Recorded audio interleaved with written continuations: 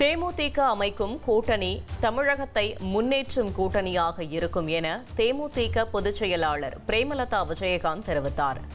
தேனியில் பிரேமலதா விஜயகாந்த் உள்ளம் தேடி இல்லம் நாடி என்ற தலைப்பில் சுற்றுப்பயணம் மேற்கொண்டார். அவர் இந்த சுற்றுப்பயணத்தில் OPSN போடிநாயக்கனூர் சட்டமன்ற தொகுதி அலுவலகம் கடந்த 15 ஆண்டுகளாக திறக்கப்படாமல் உள்ளது என விமர்சித்தார். தேமுதிக கூட்டணி அமைக்கும் அந்த கூட்டணி நிச்சயம் தமிழ்நாட்டுக்கும் மக்களுக்கும் பயனளித்து தமிழகத்தை முன்னேற்றும் ஒரு கூட்டணியாக இருக்கும் என்பதை மட்டும் இந்த நேரத்தில் நான் உறுதியாக சொல்றேன். போடிநாயக்கனூர் சட்டமன்ற உறுப்பினர் அலுவலகம் 15 ஆண்டுகளாக செயல்படாமல் இருக்கிறது. அப்படியா? 15 வருஷமா செயல்படவே இல்லையா? மூடி வச்சிருக்காங்களா? MLA யாரு? வரதே இல்ல. கூட்டணர் கதவை திறக்கிறதே இல்லையா? 15 வருஷமா செயல் இழந்து கிடக்கிறது.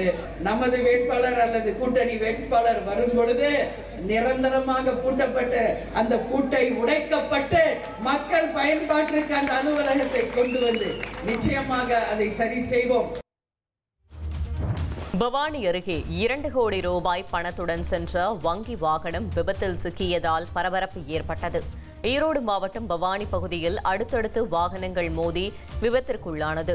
ஆம்னி பேருந்து ஓட்டுநர் திடீரென பிரேக் பிடித்ததில் பின்னால் வந்த கார் ஆம்னி பேருந்தின் மீது மோதியது.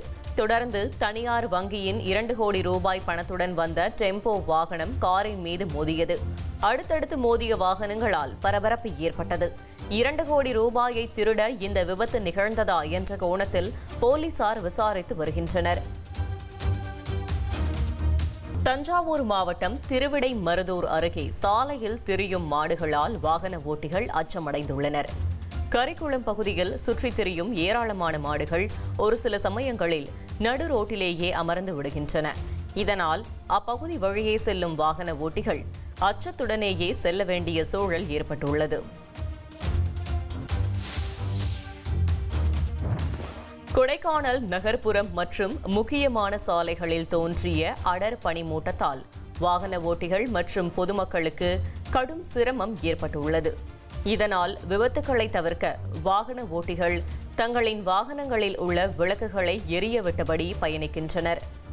மேலும் இந்த பருவநிலை மாற்றம் பொதுமக்களின் அன்றாட வாழ்க்கையையும் பாதித்துள்ளது. கோவையில் பிரதமர் நரேந்திர மோடியின் வருகையை முன்னிட்டு 3000த்திற்கும் மேற்பட்ட போலீசார் பாதுகாப்பு பணியில் அமர்த்தப்பட்டனர். கொடிசியா அரங்கில் தென்னிந்திய இயற்கை விவசாயிகள் கூட்டமைப்பு சார்பில் வரும் 19ஆம் தேதி முதல் 21ஆம் தேதி வரை இயற்கை விவசாயிகள் மாநாடு நடைபெறுகிறது. இந்த மாநாட்டை பிரதமர் மோடி தொடங்கி வைக்க 19ஆம் தேதி கோவை வருகிறார். மேலும் சிறப்பாக செயல்பட்ட 10 விவசாயிகளுக்கு விருதும் வழங்க உள்ளார். இதனால் மாநாடு நடைபெறவுள்ள கொடிசியா வளாகத்தில் 5 அடுக்கு பாதுகாப்பு போடப்பட்டுள்ளது. ட்ரெண்டை ஃப்ரெண்ட் ஆக்கிக்கோங்க. தந்தி டிவியின் சப்ஸ்கிரைபர்ஸ் அண்ட் ஃபாலோவர்ஸ் குடும்பத்தில் நீங்களும் இணையுங்க.